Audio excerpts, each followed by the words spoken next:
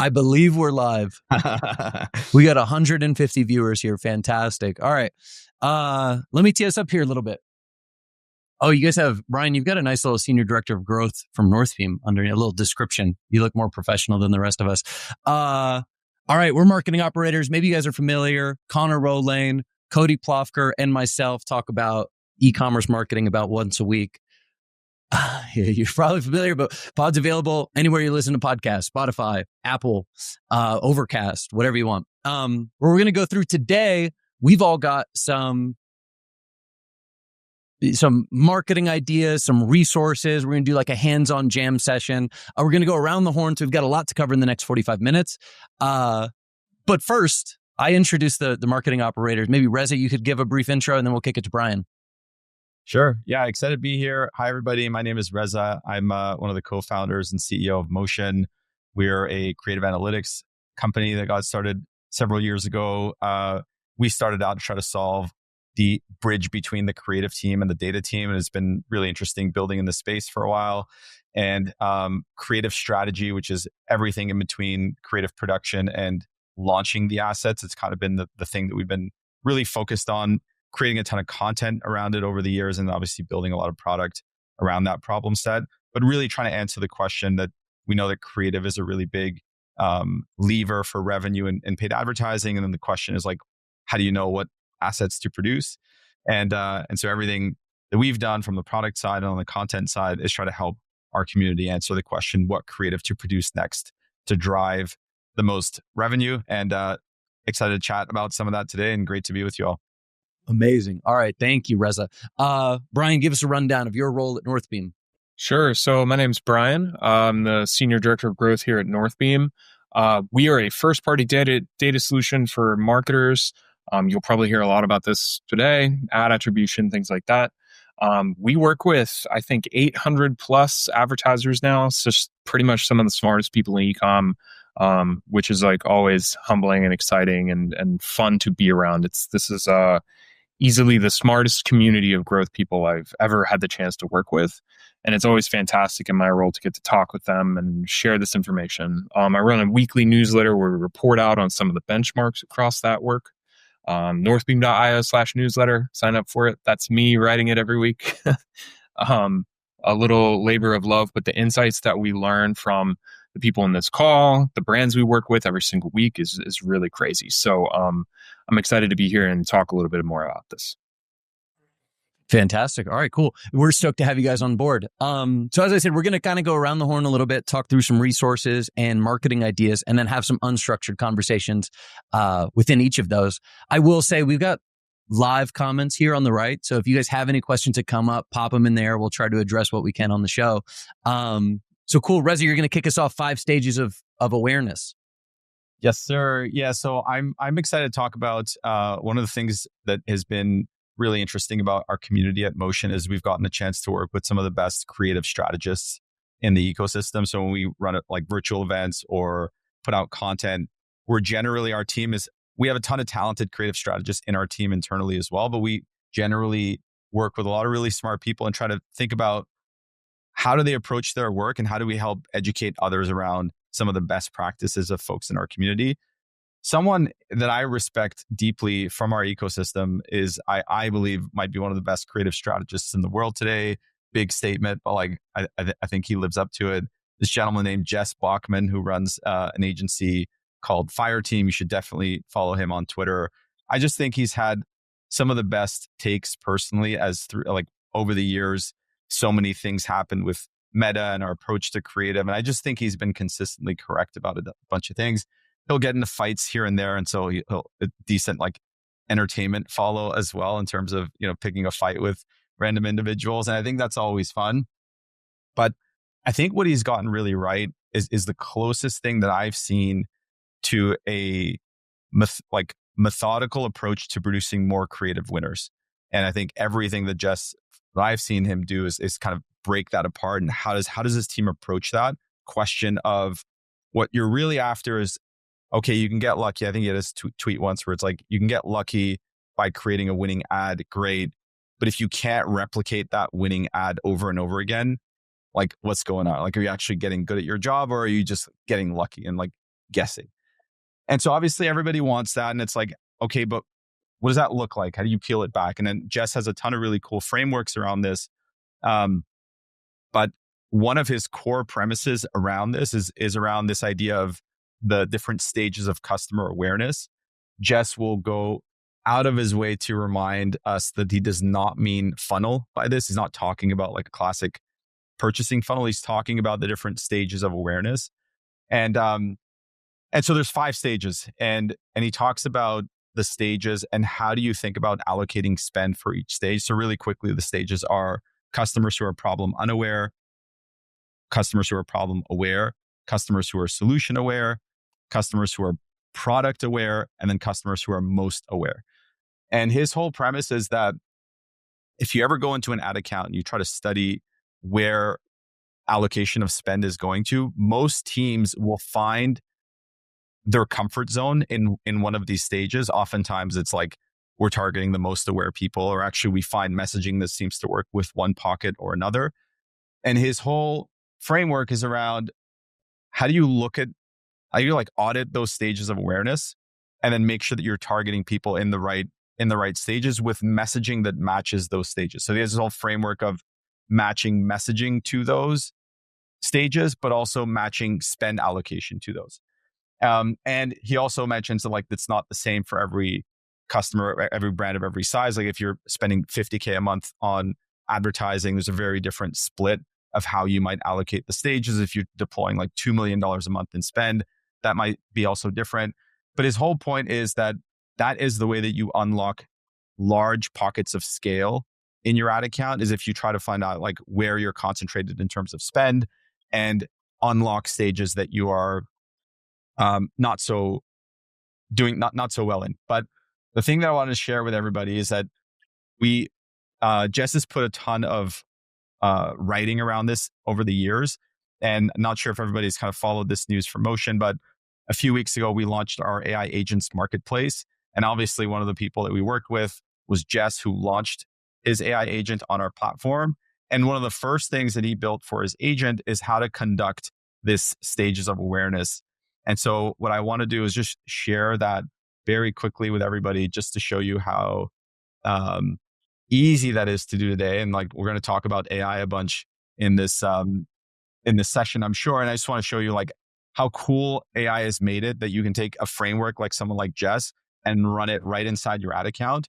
And so, by the way, you don't need a paid Motion plan for this. You can use Jess's agent on a free account for Motion. So like, don't worry if you're not a paying customer, you can sign up for a free account and use it. And over here on the Explore AI tasks, you would just search for the stages of awareness audit from Jess. And that's it. You just run this, and then it'll take a couple minutes to go through your entire account, and then it'll output this for you. So this is the output of running Jess's customer awareness audit.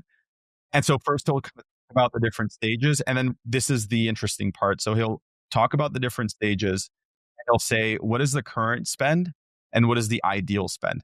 So one of the things that seems to be the case, this is Motion's actual ad account. So we run a few $100,000 worth of paid media per month. And so it sounds like in Jess's audit, he's saying we're way too concentrated on problem aware and not enough on most aware, which is really interesting. Like it sounds like we talk a lot about earlier in the funnel things, but like we should be talking to more product aware people and people who are most aware way more than we are today. And so he breaks down the different stages, talks about them a little bit, and then also creates some specific copy. Like, okay, so if you want to go after problem aware and product aware, here's some message that could work. So it's really pretty crazy. Like his agent will analyze all your past creative, and through Jess's expertise will like give you really cool feedback. I'll show you just a bonus task as well that's really cool. Jess is this has become famous as the get your ads roasted by Jess task. And you can pick a creative in your ad account and basically ask Jess's agent to critique it, which is super fun. So we have this ad that makes fun of hotshot ad consultants who like charge way too much money and don't do great work. And and Jess roasts it and talks about like what's good about it, but what's not that great. You know, talking about the dialogue feels a little too scripted. And anyways, really fun to kind of play with some of these, especially for folks who have individuals on their team who don't have a ton of experience for like direct response advertising. Sometimes you have like a video editor or something and you want them to just get the best practices of direct response creative. And it's really fun for that. But thought I'd walk through the stages of awareness and some of the cool things that we've been up to, and happy to jam on that. But super cool and proud of the work that Jess has done. His agent is currently the most popular in our marketplace, and so people really love it. Doesn't surprise me at all. Jess is quite the character. I'm sure he's got a great agent. The 5 stages of awareness is really interesting.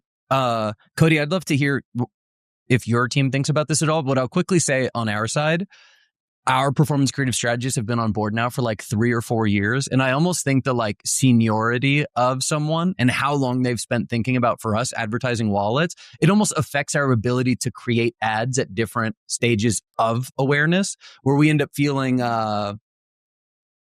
we end up assuming that people are familiar with the Ridge wallet. We're thinking about it 60 hours a week or whatever, and that will affect kind of the briefs or creative concepts that we put together. So we've almost specifically tried to take ourselves out of that mindset. It's also a big benefit of bringing in external agencies. Like getting fresh eyes on the problem might help us address different parts of that awareness funnel.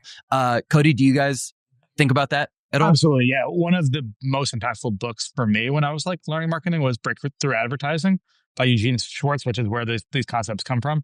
So levels of awareness and levels of sophistication, I think, are huge. And so I've been playing around with this agent. I think we can do a better job of it, because I agree with you, Connor. It's just easy to get locked into one thing. And I think it's just like a good feedback tool to be able to see. So I think it's hugely important, especially at scale and trying to use creative to reach new audiences, which is something, we're all struggling with or trying to work through. Definitely, it's big. 100%. And Brian, I saw you nodding in agreement. On board, or anything you'd want to add? No, I mean, this is the key, right? I think the challenge, yes, you can turn on measurement and be able to measure these awareness stages, and also like have an understanding and put yourself outside of, let's say, the person living and breathing the tech, right? Like I even face this in my own work. I'm like, no, everybody knows about Northbeam, right? And then I'll be at conferences and not meet a single person who's ever heard of it. And I'm like, oh, well, number one, I have a lot of work to do. And number two, that's when you turn on the listening and you say, okay, well, what are people saying? What are their problems? We allude a lot to the fact that new customer growth is a target, right? And the only way you do that is by appealing to new audiences and speaking their language. And if you are constantly in your own echo chamber all day, like talking about your Ridge wallet or about your specific product, you assume too much and understand too much. And sometimes it helps to pull in just complete strangers, sometimes off the street, especially people who are representative of the target markets that you want to speak into, and be like, hey man, just try this thing out, like, and just watch how they interface with it. And that can be a really humbling experience. So beware doing that on the regular in an unstructured environment. Couldn't agree more. Connor Rowland, how does XCloud think about awareness? The point that I was making before I went on mute was that you guys have such a long consideration period that you people super problemware waiting for the sale, but also people need to educate around hybrid technology. Yeah, I think we think about it with like some different vocabulary, and I'm guessing some of the similar metrics that Jess is looking at, but this is something we've been very aware of in the last year, 2 years. Like we're constantly keeping track of like broad categories of assets and the differences between those categories in terms of like net new visit rate, 1-day click return on ad spend on first time customers, rolling reach on certain campaign types. So we're very aware of it. Like if you were just to take the data at its face value, you would say you guys are way underspending in static ads. Well, if you go dig a little deeper, the reason someone would say that is because a static ad is our highest 1-day click ROAS and longer tail as well. But if you go look at those ads, like they're very DR, right? It's product focused, it's lower net new visit rate, higher frequency, so a lot more middle bottom of funnel.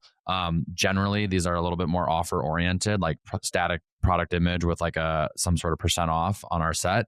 And then you go look at videos or non-purchase conversion stuff, and the 1-day clicks or 30-day click or whatever is lower, but the net new visit rate's higher.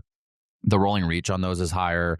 So we're very just aware of those metrics and keep tabs on how they're trending over time. Because again, if we were to say, all right, let's go optimize just towards 1-day click ROAS, we'd go put 80% of our budget into static ads. And then all of a sudden, 6-12 months from now, we'd be, missing targets because we didn't spend any time or energy or money, more importantly, getting more new people on the top of the funnel. So it's, the kind of ongoing work is like, where is that balance? And that's where you get into tools like House to decide like, how much should we be putting into like top of funnel videos versus middle or bottom of funnel statics, or top of funnel non-purchase campaigns, stuff like that. So that's how we think about it.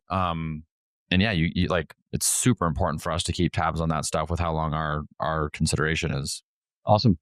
All right, cool. I think that's super helpful. Reza, I appreciate you bringing the 5 stages of awareness to the table. I've got my let me share my screen here. Add to stage. How are we looking here? How to make money with worse results. I've talked about this a bit over the years. We're going to talk about the marginal return on ad spend and optimizing for contribution margin. And I'll try to keep this short, and then I'd love to hear from Brian from Northbeam. I think like this is very in the weeds and analytical and like very much aligned with the way now Northbeam is thinking about advertising and measurement. But Ridge over the last 10 years has been built with one thing in mind, is that over time, our results will get worse. We're not expecting acquisition to get more efficient over time. It can, but we're not planning on it. We can't expect it to. And that's for any number of reasons. Meta ads getting more expensive. Tim Cook rolling out iOS 14 and ruining tracking for everyone. Consumer confidence waning. Acquiring your 6 millionth wallet customer is significantly harder than acquiring your 500,000th wallet customer. There's all these reasons to say over time things will get worse. So how are we thinking about our ad spend and our marginal return so that we're maximizing the amount of dollars that we can create in that time? And that's when a couple of years ago I built out this contribution margin calculator to kind of illustrate how that works. So the way it works, and this will get shared out afterwards, is you can put in your basic information: spend, revenue, your COGS percentage, your fulfillment percentage. Everybody should more or less have a sense of those things within your business. The ones that get a little bit more nuanced are your incremental ROAS. So this is if you go out tomorrow and spend $1, what is your incremental return on that dollar? And this is, you could be measuring this with something like a House. You could be measuring it with Meta conversion lift studies, but it is not just your MER. It's not just your AMER. It is like, what is that next dollar spent? What are you returning there? You have your average order value and you have your LTV. So in this case, this is relatively similar to our, here, I'll change it a little bit. Relatively similar to our Ring business. It looks something like this. $180 AOV, let's call it a $20 LTV. And then whoever jumps into this report, you can do this. And what we'll do is we'll do a number of things. With those current results, spending $1 million, getting $2.5 million in revenue, you're at a 250% MER. And your contribution margin, given the COGS and fulfillment costs that you inputted, those variable costs, your contribution margin is $975,000. You spent $1 million. Given $180 AOV, like I plugged in, we acquired 13,000 customers. Now, what the calculator does next is 2 things. One, it gives you your optimal contribution margin on new customers. So let's just assume, for the sake of simplicity, that we're talking about acquiring new customers here. If you can go out and spend $1, and over here we had our incremental ROAS of 200%, you can go out and spend $1 and earn an additional $2. That's what you're immediately doing. And then as you scale, we're assuming that your results are getting slightly worse over time. And I'll say quickly, this is the quote unquote advanced settings. But the diminishing returns here is for every 5% of scale, basically your incremental ROAS is going to get 10% worse. Now that's kind of just an assumed curve, but you can plug it in however you'd like. So given that, if you wanted to optimize for contribution margin on initial orders with that diminishing return, with your incremental ROAS starting at a 200%, what you would do is you would say, we want to spend another $300,000 to generate $500,000 in revenue. That incremental return of 153%. So your results are getting worse over time. Your MER goes from 250 to 226, but your contribution margin is now $1,042,000. You're generating an incremental, let's call it 80 grand or whatever between your initial results. And then the calculation does one more thing.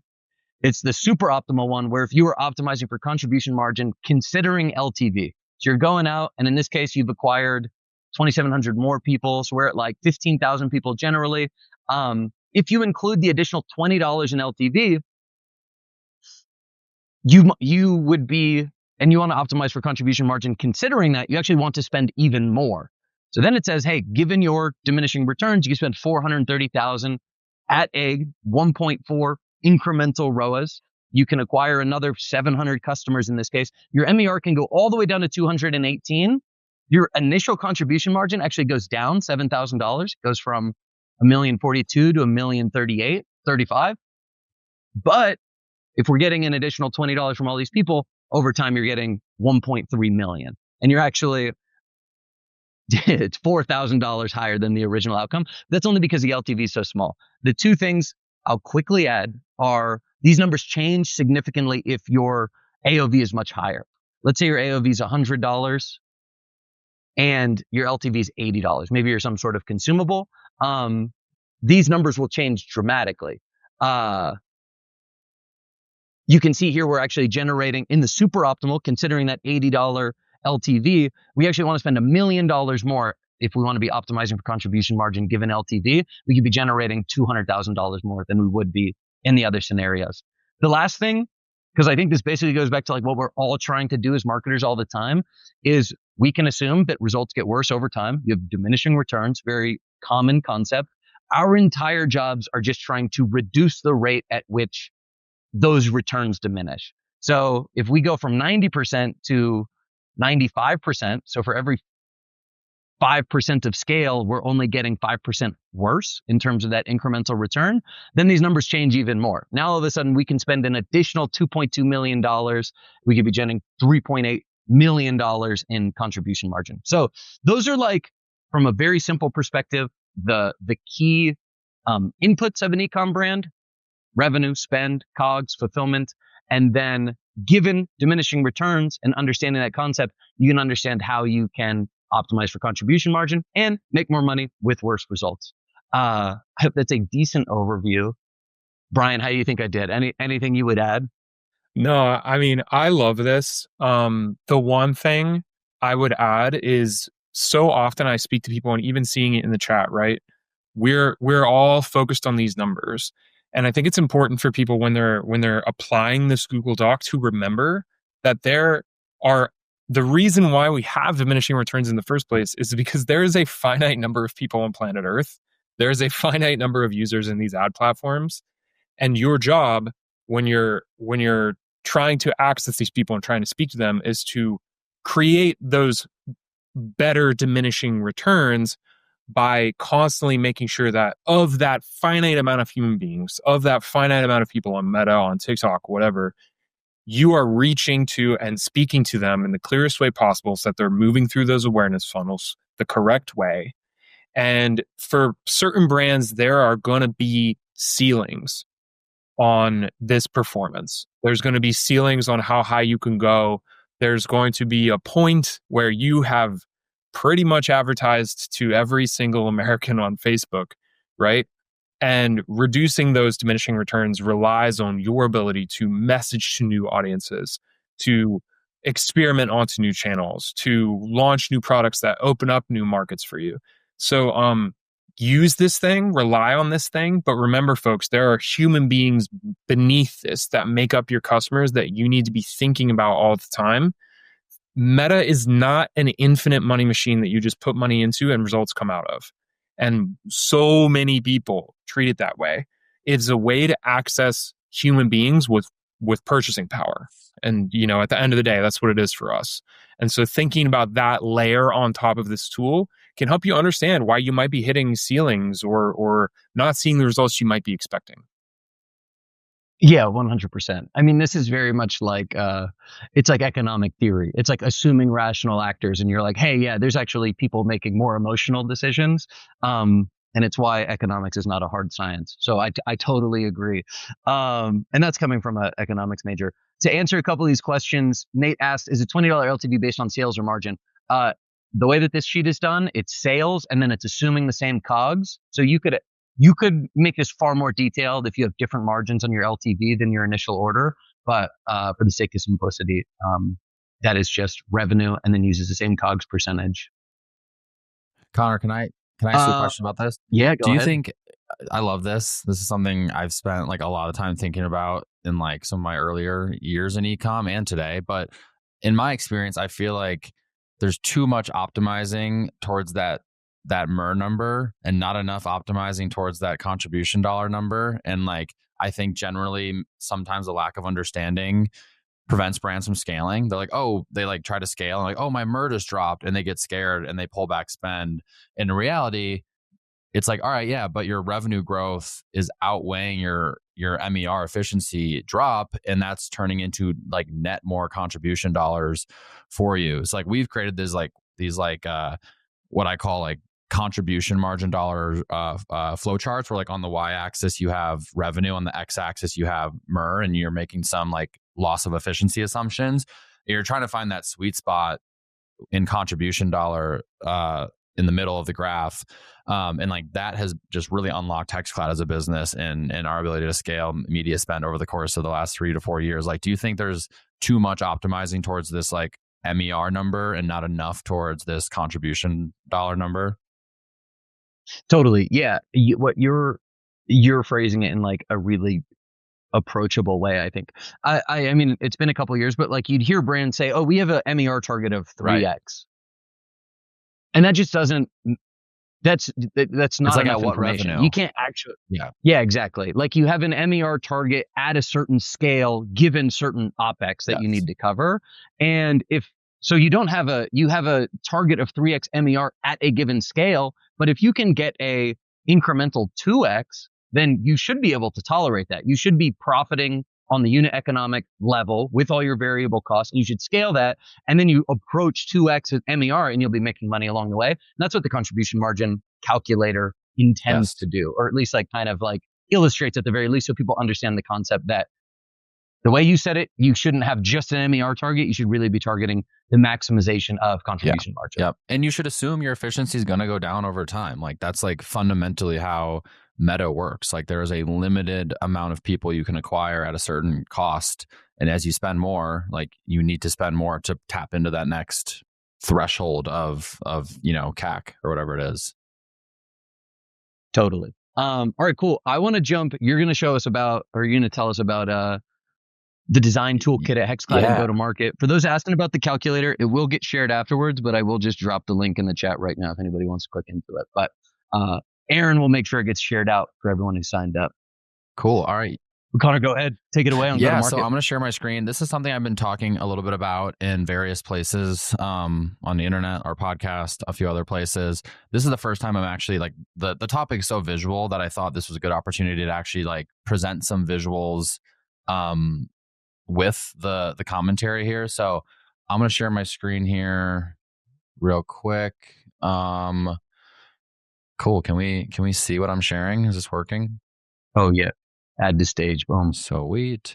All right. So I want to talk about branding toolkits. This is something that we've been spending a lot of time thinking about at HexCloud over the last year.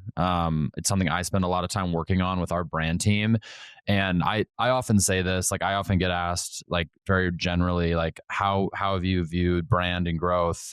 And how do you like see the relationship between those two? And I think as we've gotten larger and larger and larger, that middle area between brand marketing and growth marketing, that middle area of the Venn diagram is just becoming larger and larger and larger. And I think these branding toolkits are like a really great example of growth marketing meeting brand marketing in a way that drives enhanced performance. So I want to run through this a little bit. first off, like, what do I mean by like branding toolkits? I think about branding toolkits as micro branding for specific moments in time. So think a sale, a sweepstakes, a campaign, a new product. It could be non-evergreen, it could be evergreen. It's just this idea that it fits well under your brand's overall branding. So it's not like veering away too much from that. But the overall goal that you're trying to achieve by having unique branding for a certain moment is just to create this visceral feeling in someone consuming media that something different is happening. I mean, Hexclad spends tens of millions of dollars per year, most of that on evergreen funnels. And when we roll out a sweepstakes or any campaign really, and if we don't have like a very specific branded moment to that, it's very, very easy to like lose the sense that we're doing something special, that people should pay attention, that they should come take the action that we want them to take. And you'll see in a little bit kind of the evolution and how much we've grown. But if you look at some of our stuff from 2024, it's like, well, blink and you might have missed it. And now you look at what we're doing this year, we can really lean into the design a lot more. Whereas before we had to really lean into the messaging because we weren't necessarily doing anything new on the design front. So generally that's how I look at a brand toolkit. It's like the starting point to deliver branding and inject new branding and newness in general into these moments. So looking a little bit deeper here, this is just some examples in the last year of things we've done. These are like small components of different branding treatments we give into different campaigns. So you'll see more of this one in the top left here, but these are just some specific background treatments that we put in our branding toolkit for our Mother's Day sale. The Hexclad Area 51 test kitchen. We use some unique fonts to really build off the alien narrative from our Super Bowl campaign. So these are some font treatments that were included in our marketing. This was specifically from our website for our Area 51 test kitchen, where we presented some custom products on a custom collection page. And then in the top right here, this was actually like a physical card or physical ticket that we designed and printed to really deliver this Gordon's Golden Ticket to London message that we did for our sweepstakes last year. So just a quick preview at some of the small component parts, like of what we did in the last 6 months or 12 months to like create these more branded, visceral feelings. So first off, some like prerequisites to creating great branding toolkits. First off, you need someone guiding the strategic direction and like really giving feedback to the hands-on keyboard person. So we have an amazing brand team. Like we have a head of content at Hexclad that is very, very talented, that is guiding a lot of the strategic direction on how we want to brand these moments. We have a director of design who is an incredible hands-on keyboard designer, also an incredible producer working with designers. Like without these people, I don't think they have to be different people, but that's how it's just worked out for us at Hexclad. Like these are the people, the minds, the creatives you need to have in place to be able to say, well, how should we brand a sweepstakes or a Mother's Day sale or a Super Bowl campaign? Like you got to have these like creative individuals to really guide this forward and work together with your growth marketing, performance marketing team to get the performance out of these more branded moments. So, wanted to share a little bit of a case study here. We did this for our Mother's Day sale. So I'm going to actually switch to this other presentation. And I wanted to share this specifically because we actually dug deep into the data here and we're able to prove that when you inject more branding into these, sales performance marketing moments, they perform better versus just having like pure performance marketing going on. So I'm going to share this tab instead here. Okay, so first off, I want to start on slide 6 here. This is last year's creative for Mother's Day sale. So on the left here, we have a bunch of paid ads. In the middle here, we have a bunch of emails. And then here is our website build on the right-hand side. So really not anything out of the ordinary as it pertains to branding. Like you would look at our ad library in an evergreen moment, our email library, our website build, and it looks very similar. Now there's some certain like badging treatments and offer callouts, of course. But like I said, we were really leaning more into messaging last year to let people know about these things versus the branding. So that was last year's creative. And I'm going to kind of move downward here. So this is what it starts with. Like this is what our head of content and director of design are putting together. Like how can this come to life? What's our muse? What's our inspo here? They're generally not just like snatching stuff out of thin air. Most creators are leaning into some sort of muse, some sort of inspo. So these were some photos on our mood board for Mother's Day, and then this like some kind of ad mock-ups that our director of design put together to like just really get the ball rolling on an exploration phase. And if you look at like his working Figma file of exploration, it's crazy. Like it starts with this, but then he's just doing like hundreds of designs to like get to the final design toolkit that we landed with. So that's inspo. Now we actually get into like, what does this turn into? Like, what is the design toolkit?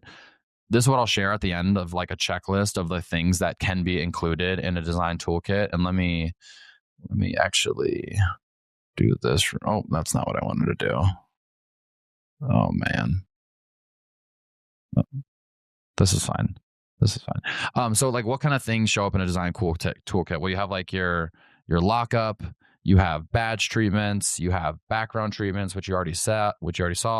You have ad examples, you have mobile hero section examples, you have email hero section examples. So this is exactly what our design toolkit looked like for Mother's Day sale. Like this is the final product. When I say branding or design toolkit, this is then what all channel level designers are pulling from. And it just creates this cohesiveness across channels that we saw perform very, very well this year. So then moving into slide 9, which I think is back one slide. So this is actually like the bird's eye view then of all the creative that was made this year. This is not everything, but this includes ad creative, web creative, email creative. Like this is what all of our channel level designers put together based on that initial design toolkit. So as you can see here, like everyone was following the same branding, the same theme. There was no like, it wasn't like email was off in their own world designing separately than web and ads. And like we saw that this really helped performance this year. So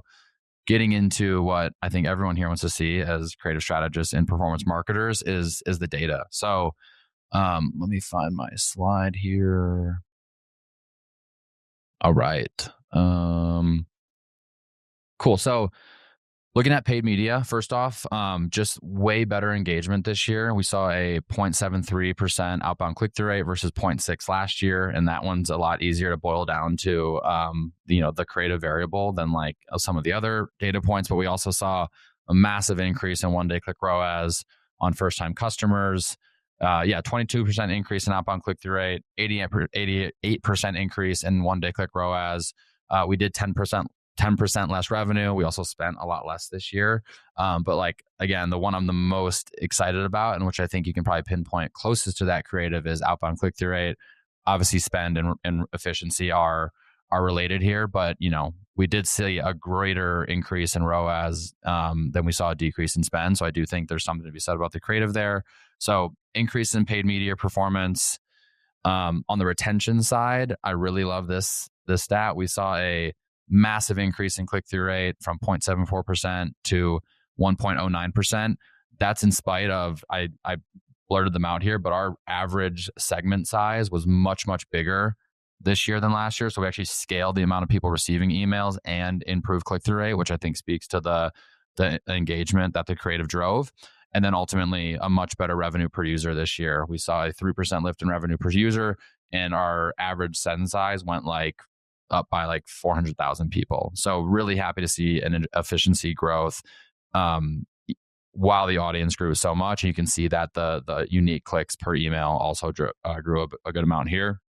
And then last but not least here, looking at the website, our collection page converted 18% better.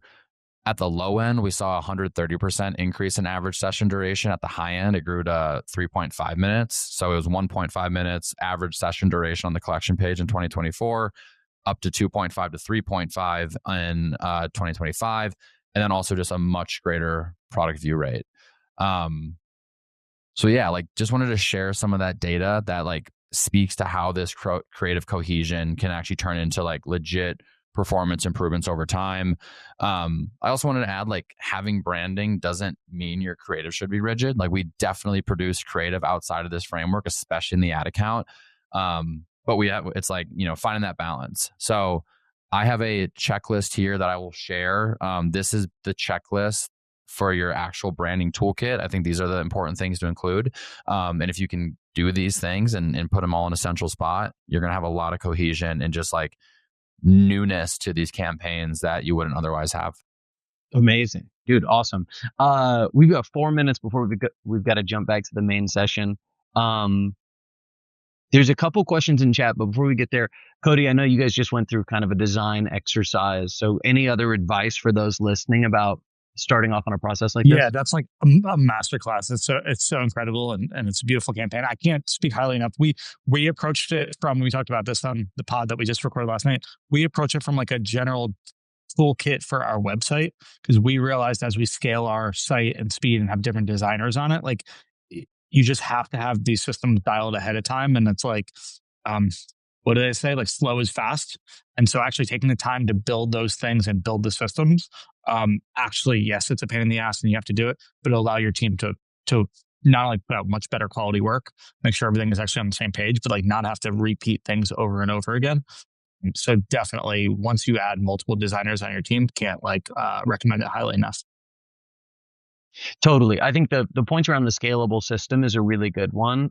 Someone did ask Connor if you guys is it all internal or is it agencies? Maybe the design system helps you with a mix of both. What does it look like? It absolutely helps with a mix of both. Like it's going to ensure that your external partners are using the same systems, treatments, etc. But we do this internally. We hired this director of design in the last 6 months, and he's been the person, along with our head of content, leading the charge on creating these branded moments. But that's not to say we don't have agencies help do creative concepting, but the actual branding of our core channels is happening internally. Awesome. Cool. You got a shout out from Krista Dalton, CMO at Tecovas. Big plug Big from friend her. of the pod. Big friend of the pod. Awesome. Cool. Brian, we're out of time, so we've only got 2 minutes left. Anything you want to chime in on before we jump? What you need in order to do any of this stuff is accurate data. That's the thing we're not talking about. Catch me at 2:15 over in the Northbeam booth, and I will tell you all about it and reveal state secrets and all that good stuff. Revealing state secrets at 2:15. Dude, that's a compelling case. All right, cool. Well, look, I think we could call it a wrap at that. We shared some of the resources in chat. Connor dropped the design kit. I dropped the ecom calculator. Those will get shared out afterwards by Aaron. Appreciate everyone joining.